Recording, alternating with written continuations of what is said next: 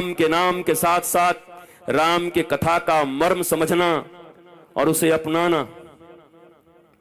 जीवन में जब ऐसे कोई परिस्थितियां खड़ी हों, आजकल तो हमने ऐसा सुना, हम अरुणाचल प्रदेश में एक भूतपूर्व सीएम आत्महत्या कर गए, बहुत पहले हार गए। तो एक व्यक्ति को टिकट नहीं मिला चुनाव का तो जहर खा लिया। ये भारत में रोज घटनाएं घट रही हैं। भगवान राम को कल राज्याभिषेक होना है, युवराज बनना है। याद करो कि कल किसी का नाम चीफ मिनिस्टर में आ जाए कि कल चीफ मिनिस्टर की ओट होगी, फलानी चीफ मिनिस्टर बनेंगे या प्राइम मिनिस्टर, और रात में ऐसी दिशा गड़बड़ाए कि प्राइम मिनिस्टर और चीफ मिनिस्टर से छोड़ो देश निकाला हो जाए, तो बेचारे की हालत क्या होगी? पार्टी में भी नहीं, देश में भी नहीं, बर्बाद हो गए हम रातों रात। वो तो मर ही जाएगा। यहां तो 500 रुपए किसी के ट्रेन में टिकट कट जा रहे हैं, जेब कट जा रहा है, कर अब जीने से क्या फायदा है? हम कि 500 और तेरे में कोई अंतर नहीं। तेरी किडनियां निकाल लूं तो 2 करोड़ में बिक जाएंगी, तो 5 रुपए का आदमी। आंख निकाल लूं तुम्हारा तो पता नहीं 2 करोड़ में ले लेंगे लोग। तुम्हारे लीवर का ट्रांसप्लांट करवा दूं तो तुम्हें कई करोड़ मिल जाएं। तुम्हारे शरीर की कीमत परमात्मा ने जो ये शरीर दिया है, कबीर कहते हैं हरि कृपा तब जानिए जब दीन मनुज अवतार, और गुरु कृपा तब जानिए जब छुड़ा देवे ये मिथ्या संसार। जब वो ज्ञान दे करके झूठे संसार को छुड़ा करके हरि का सच्चा संसार पकड़ा दें, सच्चिदानंद भगवान के चरणों में ला दें, तुम्हारे जीवन परिवार और समाज में आनंद ले दें, तब समझना गुरु की कृपा हो गई। गुरु की कृपा मत ये समझो हरि की कृपा से शरीर मिला है, पर यह शरीर आनंदित रहे, मन प्रसन्न रहे, यह गुरु के कृपा के बिना संभव नहीं है। अगर ऐसा होता तो भगवान राम और कृष्ण मनुष्य के रूप में जब इस पृथ्वी पर आते तो उन्हें गुरु ग्रहण करने की जरूरत नहीं पड़ती, जरूरत नहीं थी। वो भगवान ही इज ऑलमाइटी, सर्वज्ञ हैं। भगवान को गुरु की क्या जरूरत है? कृष्णम वंदे जगत गुरुम, कृष्ण ही जगत गुरु हैं। रामो विग्रहवान धर्म, राम चलते फिरते धर्म हैं, उन्हें गुरु की क्या जरूरत थी? परंतु वो मनुष्य के रूप में आए हैं। वो जानते हैं कि मैं मनुष्य के रूप में आया हूं, अगर मनुष्योचित आचरण नहीं करूंगा तो कल कोई मेरी बात को सुनेगा नहीं, कोई मानेगा नहीं। इसलिए भगवान राम भी, भगवान राम के विषय में कल तो पिताजी के विषय में आपने सुना, दशरथ जी के विषय में कि गुरु गृह गयौ तुरत महिपाला, और राम जी के लिए क्या है? गुरु गृह गयौ पढ़न रघुराई, अल्प काल विद्या सब पाई। अरे बिठा दो भैया, बाद में प्रणाम करवा लेना महाराज, पहले कथा सुनवा दो बहू को, प्रणाम तो बाद में भी हो जाएगा। हाँ, बैठ लो, कथा में बस चुपचाप सुनते हैं, कोई प्रणाम नहीं, परिणाम ठीक नहीं हो जाएगा। बैठ जाओ, बैठो शांति से एक जगह पर। यहां रिश्तेदारी निभाने मत आओ, यहां आओ तो कथा सुनने आओ। भगवान राम के प्रति प्रेम हो, सुनो। वो बिटिया या आप भी हो, आपको आशीर्वाद तभी मिलेगा जब राम के कथा में आपकी भावना जमेगी, क्योंकि तुम्हारे प्रणाम से वो माताएं भी डिस्टर्ब होंगी जो सुन रही हैं, क्योंकि प्रणाम तो सबको अच्छा लगता है। सोचेंगे अच्छा आया आशीर्वाद, जियो जियो जियो जियो, खूब स्वस्थ रहो, खुशी रहो। माता खुद ही खुश नहीं है, दूसरे को आशीर्वाद दे रही है, सुखी रहो। सुख तो तभी मिलेगा जब धर्म को आप्यायन करोगे, धर्म को अपनाओगे। ये छोटी छोटी बात कठोरता से मैं कहता हूं, तुम कभी बुरा मत मानना, मानोगे तो आदमी बन जाओगे। अगर बुरा मान गए तो आदमी बन जाओगे। मैंने कल भी कहा था, जो बातें कठोर हो उसको ले लेना, नीम की तरह जो कड़वा हो, और जो मीठा मीठा लगे कहना कि शुगर कराने आया है, इसको नहीं खाना मुझे, वो मत लेना। कड़वी बातें ही तुम्हारे जीवन में, तुम्हारे जीवन को बार बार दुखी होने से बचा लेंगी आगे चलकर। माता सती ने यही तो किया था। भगवान शंकर ज्ञान स्वरूप हैं, वो जगदम्बा हैं, पराम्बा हैं सती। वो कभी भी कथा का अपमान नहीं कर सकती, पर ये लीला रची गई है। भगवान की कोई भी लीला देख करके भगवान और भगवती पर या भगवान के भक्तों पर कभी आरोप मत लगाना, बाली को ऐसे कैसे मार दिया, वहां ऐसे कैसे चले गए, वहां ये कैसे बद हो गया, ये नहीं होना चाहिए था, और सीता जी को कैसे छोड़ दिया। ये सब मूर्खों की भाषा है। ये 150 मूर्ख पैदा हो गए हैं भारत और दुनिया में, सब प्रश्न करते रहते हैं। तुम प्रश्न करने के लिए नहीं आए हो। भगवान राम के चरित्र से जो बातें तुम अपना करके अपने जीवन में शांति, प्रेम और आनंद को उपलब्ध कर सकते हो, भगवान राम से जो शौर्य सीख सकते हो, जो वीरता सीख सकते हो, जो धैर्य सीख सकते हो, सत्ता के प्रति निर्ममता सीख सकते हो, कोई मोह नहीं है उनके जीवन में, ये सीखने के लिए राम कथा सुनने आते हो। राम की मीमांसा करने, और राम जी कोई कटघरे में खड़े नहीं है, तुम जज नहीं हो जो उनका फैसला करने तुम आते हो। पर ऐसा लगता है जैसे राम जी कोई कटघरे में खड़े हैं और सीता जी और ये जज बने हैं, ये फैसला देंगे कि सीता को क्यों छोड़ दिया। उनकी पत्नी, उनको पत्नी की कोई कष्ट नहीं, तुमको काहे को कष्ट हो रहा है। भगवान राम चाहते हैं कि रघुवंश के बच्चे जब जन्म ले, हमारे जब बालक इस पृथ्वी पर आए, तो जिस अयोध्या में आप कहते हैं अयोध्या बड़ी अच्छी नगरी है क्योंकि राम आए हैं, पर लंका में शायद सीता जी का उतना अपमान कभी नहीं हुआ। जब सीता जी अयोध्या में आ गई तो केवल एक की बात नहीं है कि एक ने ऐसा कहा, अयोध्या के घर घर में ये कानाफूसी हो रही थी। जब कोई पति पत्नी में लड़ाई होती ना, तब कहते हम राम हैं क्या, कितने दिन के बाद आएगी, हम रख लेंगे, अभी हम बता देंगे। भगवान ने देखा कि राजा से जनता प्रसन्न नहीं है। राजा के ऊपर कई आक्षेप उठाए जाते हैं, ये महारानी है सीता, जनता प्रसन्न नहीं है। भगवान राम तो ऐसे प्रेमी हैं कि आज तक ऐसा कोई प्रेमी बना नहीं। जिन ताजमहल को तुम प्रेम का निशानी मानते हो, और कहीं से खड़े होकर के 32 रुपए में एक ताजमहल ऐसे खड़े करके आई लव यू आंखें दे दिए, ताजमहल, वो ताजमहल जिसको बनाने वाले मजदूरों के हाथ काट दिए गए, जिन्होंने बनाए उनके हाथ काट दिए उसने। वो ताजमहल जिसके बनने के बाद, जिसके लिए बनवाया, उसकी मृत्यु हुई तो उसके बाद भी 10 शादियां कर ली उसने। ये कैसा प्यार है, ये कौन सा प्रेम था। ताजमहल कभी प्रेम की निशानी नहीं हो सकती। अगर इस पूरे दुनिया में प्रेम की कोई निशानी है तो एक ही निशानी है, पैदल निकले हुए भगवान श्री राम।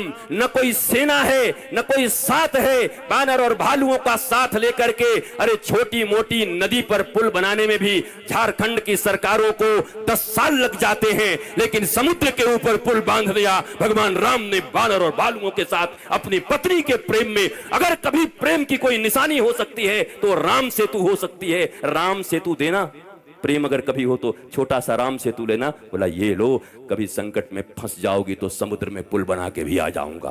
भगवान राम का यह सेतु लो, ये याद करवाना।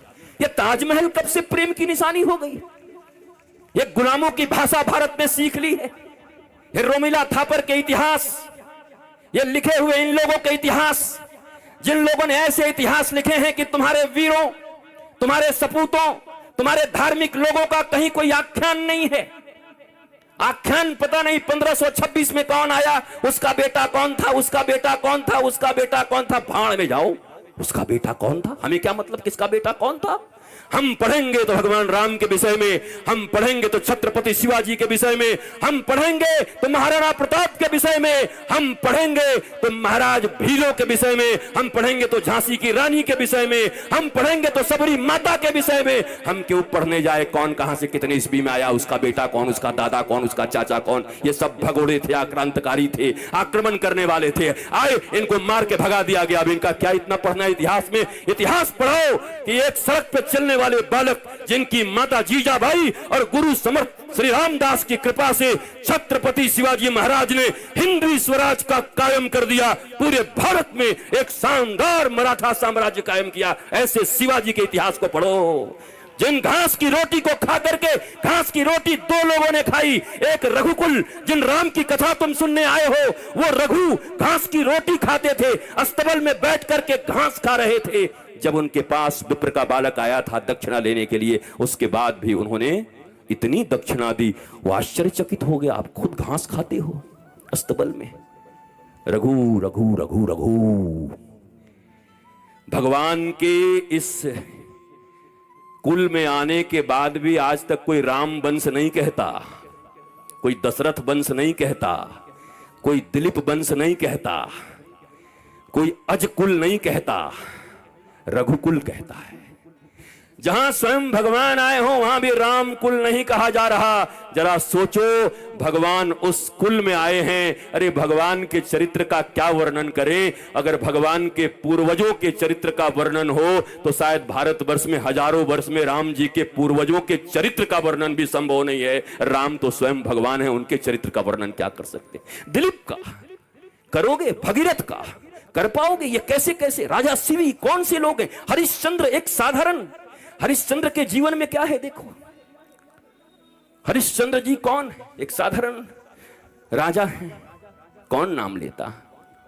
अगर उनके जीवन में उनके गुरु ने उनसे दक्षिणा न मांगी होती, जिस समय मांगा था उस समय, तो अगर आज ऐसी कोई दक्षिणा मांग ले तो लोग कहेंगे गुरु है कि कसाई है।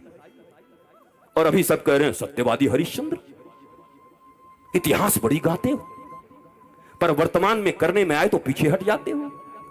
वो हरिश्चंद्र जिन्होंने सपने में गुरु को दान दिया, और गुरु ने कहा कि दक्षिणा कौन देगा? बोला महाराज सब तो आपको दे दिया। बोला अभी पत्नी तो है। अगर आज मैं किसी को कह दूं कि हमको दक्षिणा चाहिए, बोले बाबा पैसा नहीं है, बोला पत्नी बेच दे, तो हमको लग रहा है कि पुलिस लगवा करके पहले भेजे में मरवाएगा 5 गोली। बोला पत्नी बेच दूं तेरे कारण? और वो भी कहेंगे हम सत्यवादी हरिश्चंद्र के वंशज हैं। खाक वंशज हो? किस बात के लिए? मेरे गुरुदेव सदा कहा करते, मौखिक ज्ञान नहीं व्यवहार, ऐसी शिक्षा को धिक्कार। मौखिक ज्ञान तो बहुत है भारत के पास, पर अमल नहीं करते, अपनाते नहीं।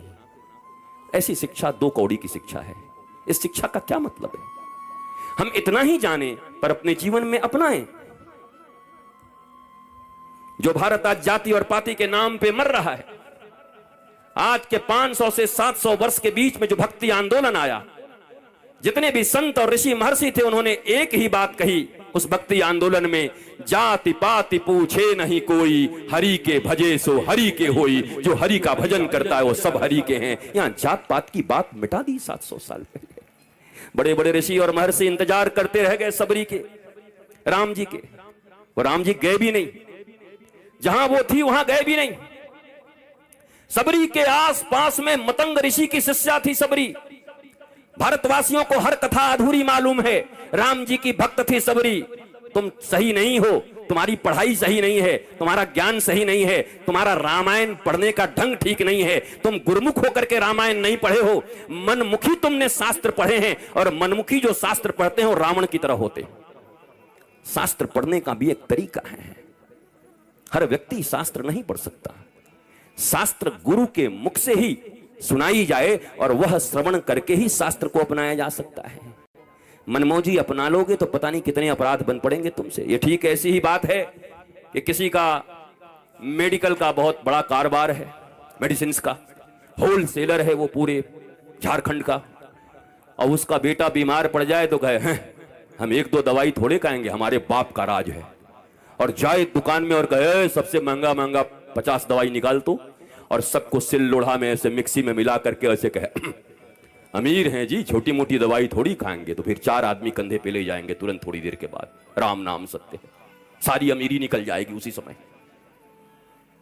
ये रामचरितमानस, ये गीता, ये महाभारत, ये श्रीमद् भागवत, ये उपनिषद, ये वेद, ये जितने भी सतपथ हैं, ब्राह्मण ग्रंथ हैं, स्मृतियां हैं, ये जितने भी भारत की संस्कृति के जितने भी ग्रंथ अब बचे हुए हैं, उन ग्रंथों को पढ़ने का अधिकार सीधा सीधा तुम्हारे पास नहीं है।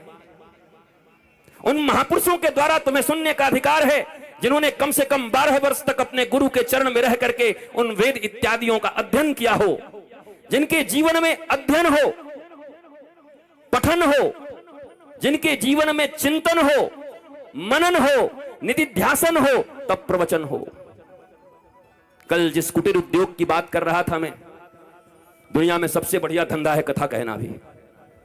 जिसका बिजनेस न चल रहा हो हमारे साथ चलो, 1 महीने बाद ऐसा लॉन्च करेंगे कि तुम भी कहोगे कि मजा आ गया गुरुजी, तो ऐसा धंधा तो मिला ही नहीं था। जिनके जिनके पास कोई बिजनेस नहीं है, चलो मेरे साथ, भेजो अपने बच्चों को 1.5 महीने के लिए वृंदावन हमारे आश्रम में। ऐसा सुंदर कथा कहने सीख जाएंगे 7 दिन का, और 3 ढाल तंबूरा लेकर के देश में ऐसी कमाई होगी कि 5-7 पीढ़ी तक बाबा जी कहलाओगे, आचार्य जी, आराम से बैठ करके रबड़ी खाते रहना, मौज करते रहना। पर उन कथाओं से भारत में मंगल नहीं हो रहा है। वो कथा और व्यथा बढ़ा रही हैं। वो कथा जो तुम्हारे जीवन की व्यथा को और समाज की व्यथा को हर ले, वो कथा जो तुम्हारे भारत की गुलामी की व्यथा जो अभी भी तुम्हारे ऊपर हावी है उसे हर ले। कहां है वो कथाएं? कहां है वो मीमांसा? कहां है वो धर्म का मर्म? कहां है वो प्रबुद्ध प्रतिबोध से युक्त महापुरुष लोग? कहां है वो ज्ञानी और गुणीजन लोग जो भारत को जगाने आए हैं, जो मानवता को जगाने आए हैं, जो वसुधैव कुटुंबकम की स्थिरता को इस पूरे विश्व में स्थित करने के लिए आए हुए हैं? कहां ऐसे महापुरुष? लोग पूछते हैं, आपने ये प्रोफेशन कब से सुना? कि प्रोफेशन, प्रोफेशन, कथा का प्रोफेशन कब से चुना? कथा कोई प्रोफेशन? गुरु शिष्य परंपरा का बोध नहीं है। वर्षों तक गुरु पढ़ाते थे और जाते समय शिष्य एक लौकी दे के चला जाता था। 12 वर्ष तक पढ़ते थे और इतने बड़ी एक लौकी दे करके गुरुजी को, गुरुजी बड़े प्रसन्न, जाओ जाओ जाओ, आनंदित रहो। 12 वर्ष की ये फीस होती थी गुरु के पास। भगवान राम भी पृथ्वी पर आए तो तुम्हारे बच्चों की तरह ट्यूशन नहीं लगवाए गए। तुम्हारे पास तो 2 पैसे हो जाएं तो टीचर को घर पे बुलवा करके नौकरों की तरह व्यवहार करते हो। हालांकि वो टीचर कभी गुरु नहीं हो सकते। गुरु और टीचर में बड़ा अंतर है। ध्यान से सुनो भारतवासियों, द्रोणाचार्य टीचर थे इसलिए मारे गए, गुरु नहीं थे। राज सत्ता से जुड़े हुए थे, धर्म के प्रति आस्था नहीं थी। उन्होंने कहा कि चूंकि मैं हस्तिनापुर की गद्दी से जुड़ा हुआ हूं, इसलिए हस्तिनापुर की गद्दी पर जो बैठेगा उसका सहयोग करना मेरा धर्म है। ये कैसा धर्म है? ये कौन सा धर्म है? कृष्ण एक तरफ खड़े हैं, अन्याय एक तरफ खड़ा है, और आप सिर्फ इसलिए अन्याय दुर्योधन और अंधे धृतराष्ट्र के साथ खड़े हो गए क्योंकि वहां से आपकी सैलरी बन के आती है, इसलिए आप धर्म और भगवान के विरुद्ध भी खड़े हो गए। उसके बाद भी कहते हैं हम गुरु हैं। ये कैसी गुरुता है? इसलिए द्रोणाचार्य को भगवान ने कहा युधिष्ठिर को कि जाके झूठ बोल और मरवाओ उसको। युधिष्ठिर ने कहा और कोई नहीं मिला था, हम सत्यवादी, हम ही झूठ बोले, दूसरे से बुलवाओ महाराज। बोला नहीं, हम ऐसे ऐसे से बुलवाते। तेरे कोई बड़ा अहंकार हो गया है, मैं धर्मराज हूं, सत्यवादी हूं, तू ही बोल जा करके, धर्म की सही परिभाषा तुझे सिखाऊंगा। नहीं तो केवल बातों का धर्म हो जाएगा कि सच बोलना है। तुम सच बोलो, झूठ बोलो, लाल को नीला बोलो, नीला को पीला बोलो, कोई फर्क नहीं पड़ता। तुम्हारे बोलने से बस धर्म की स्थापना होनी चाहिए। जिस बात से और जिस कर्म से धर्म की स्थापना हो वही सत्य है, बाकी सब मिथ्या है, बाकी सब झूठ है। इसलिए श्री कृष्ण ने डंके की चोट पर कहा जाओ जाकर के बोलो अश्वत्थामा हतो। मारा गया तेरा बेटा, और जैसे ही वो झुकेगा उसको भी टपका देना फिर। और टपका दिया द्रोणाचार्य को, मार दिया द्रोणाचार्य को। भारतीयों को यह समझना चाहिए, भारतवर्ष के विद्वान, भारतवर्ष के विद्यार्थी, मेरे प्यारे बच्चों, तुम्हारे मन में कभी यह भावना क्यों नहीं आती कि आखिर एक तरफ भगवान और एक तरफ गुरु क्यों खड़े हैं? क्यों भगवान गुरु के विरुद्ध खड़े हैं? क्यों द्रोणाचार्य का वध करवा दिया भगवान ने? यह प्रश्न तुम्हारे मन में क्यों नहीं आता? और इन प्रश्नों के उत्तर कथाओं के माध्यम से क्यों नहीं दिए जाते? भारतीय धर्म का विश्लेषण और विवेचना सत्य के आधार पर क्यों नहीं हो रहा? ये कोई कथाएं नहीं है 7 दिन की कि 7 दिन तक कथा सुने, शंख बजाए, चूरन खाया, केला खाया और निकल गए जय जयकार करते हुए। न सत्य है न नारायण है जिंदगी में, पर सत्यनारायण की कथा चल रही है। न जीवन में कभी सत्य अपनाया, न नारायण से मिलने की कोई अभिलाषा है, न अभिप्सा है। उसके बाद भी सत्यनारायण की कथा सुन ली और कहते हैं हमने धार्मिक काम कर दिया। कहां है सत्य तुम्हारे जीवन में? कहां नारायण तुम्हारे जीवन में? नारायण को पाने के लिए क्या अभिलाषा है तुम्हारे जीवन में? नारायण को पाने के लिए मीरा की तरह तुम्हारे भीतर यह कहने का साहस नहीं है कि मेरे तो गिरधर गोपाल और दूसरों न कोई। कब कहा तुमने? नहीं कह पाते तुम क्या सोचते हो हनुमान जी को और भगवान जी को ठगा जा सकता है? दुनिया में एक से एक लोग हैं, हनुमान जी के मंदिर में जाकर के कहते हैं हे बजरंगबली, बस ये 10 करोड़ का ठेका है, ये हो जाए तो 1.25 किलो लड्डू चढ़ाऊंगा। हनुमान जी कहते हैं 1.25 किलो? 1.25 किलो की कीमत कितनी? हनुमान जी का नाम क्या है? ज्ञानी नाम अग्रगण्यम सकल गुण निधानम। ज्ञानियों में अग्रगण्य, IQ जिनका इतना तेज है, आज तक दुनिया में इतना कोई ज्ञानी नहीं हुआ। और तुम्हारे जैसे बुद्धू जाकर के हनुमान जी को बुद्धू बना रहे हैं। तुम जाकर के हनुमान जी के सामने खड़ा होकर के कह रहे हो कि 10 करोड़ का ठेका दिलवा दो। तो तुम्हें 11 किलो लड्डू चढ़ा देंगे। हनुमान जी ने में कैलकुलेटर के बिना ही जोड़ लिया, 11 किलो लड्डू 1000 रुपए भी मिलेगा तो 11,000, और इसको चाहिए 10 करोड़, और वो भी उधार। कह रहा हो जाएगा तब चढ़ाएंगे। सरकारी ऑफिसों में जाकर के तुम्हारे जूते और चप्पल घिस जा रहे हैं। बड़े बाबुओं और छोटे बाबुओं को पैसे दे करके एडवांस घूस देने के बाद भी काम नहीं हो रहा, और हनुमान जी के मंदिर में जाकर के कह रहे हैं कि तुम ये काम कर दो 5 करोड़ का, तब तुमको 11 किलो लड्डू चढ़ाएंगे। कहां गई भारतवासियों तुम्हारी बुद्धि, तुम्हारी प्रज्ञा? कहां है तुम्हारे में दिमाग? कहां है तुम्हारे बुद्धि? कहां है तुम्हारे विवेक? कहां है तुम्हारी विपස්සना? कौन से ज्ञानी हो तुम? कहां से ज्ञान हरण किया है तुमने? कौन गुरु ने पढ़ाया है तुमको? यह प्रश्न है तुम्हारे ऊपर। हो सकता है तुम एकेडमिक क्वालिफिकेशन में बड़े ऊंचे हो, आईएएस हो, आईपीएस हो सकता है तुम डॉक्टर हो, इंजीनियर हो। ये इससे तुम्हारे झारखंड है और बिहार में बक्सर में एक डीएम थे, उन डीएम का नाम था पांडे जी। पूरे जिले के तनाव नियंत्रण का जिम्मा उनके ऊपर था। परिवार में एक छोटी सी लड़ाई हो गई, उसको हैंडल न कर पाए, तनाव हो गया और गाजियाबाद में जाकर के ट्रेन के नीचे आत्महत्या कर लिया उन्होंने। आईएएस, इंडियन एडमिनिस्ट्रेटिव सर्विस, भारतीय प्रशासनिक सेवा। आज के दुनिया में किसी का बच्चा अगर आईएएस बन जाए तो छाती चौड़ी करके चलता है। आईएएस बन गए, घर में छोटा सा युद्ध होगा, छोटी सी बात, हैंडल नहीं कर पाए तनाव को, क्योंकि जीविका की विद्या दी होगी घर वालों ने, पर जीवन का विद्या नहीं दिया होगा। ध्यान से सुनो बेरमो और फूसरो वासियों, ध्यान से सुनो मेरे झारखंड के बच्चों, मेरी प्यारी माताओं। इस दुनिया में शिक्षा 2 प्रकार की होती है। एक जीविका की विद्या होती है, जब अपने बच्चे का नाम लिखवाने किसी स्कूल में जाना, चूंकि अभी भारतवर्ष में सनातनी बोर्ड नहीं बना है, सनातन विश्वविद्यालय नहीं बना है, तुम्हारे पास कोई ऐसी चीज नहीं कि तुम अपने बच्चों को जाकर के सनातन विद्या का पढ़ाई दे सको। मैकोले की विद्या पढ़ने के लिए तुम बाध्य हो। 75 साल की आजादी के बाद भी तुम्हारे पास कोई अपनी विद्या, कोई अपनी संस्कृति नहीं है। अभी भी तुम अंग्रेजों की बनाई विद्या को पढ़ते हो। अभी भी तुम्हारे पुलिस एक्ट 1861 के हैं, जो अंग्रेजों ने भारतीयों के ऊपर आक्रमण करने के लिए और भारतीयों को दबाने के लिए बनाया था। तुम्हारे पास अपने नियम नहीं, तुम्हारे पास अपने कानून नहीं, तुम्हारे पास अपनी शिक्षा नहीं, कुछ भी नहीं है तुम्हारे पास अपना। अंग्रेजों के पिट्ठू हैं हम, सारी चीजें अंग्रेजों की बनाई हुई है। जब सनातन विद्यालय बन जाए, और जब तक नहीं बना है मेरी माताओं, जब अपने बच्चों का एडमिशन कराने जाना तो अपने बच्चे को कह देना कि बेटा ये जहां स्कूल है ना, जिस स्कूल में मैं तेरा एडमिशन करा रही हूं, यहां से तू पैसा कमाने सीख जाएगा, इससे ज्यादा कुछ नहीं सीखेगा, कमाने सीख जाएगा ज्यादा से ज्यादा। वैसे भी बेरोजगारी बढ़ गई है, पढ़ने के बाद भी रोजगार नहीं मिलेगा। लेकिन ज्यादा से ज्यादा क्या करोगे? हार्वर्ड से पढ़कर के आओ या बेरमो के सरकारी विद्यालय में पढ़ो।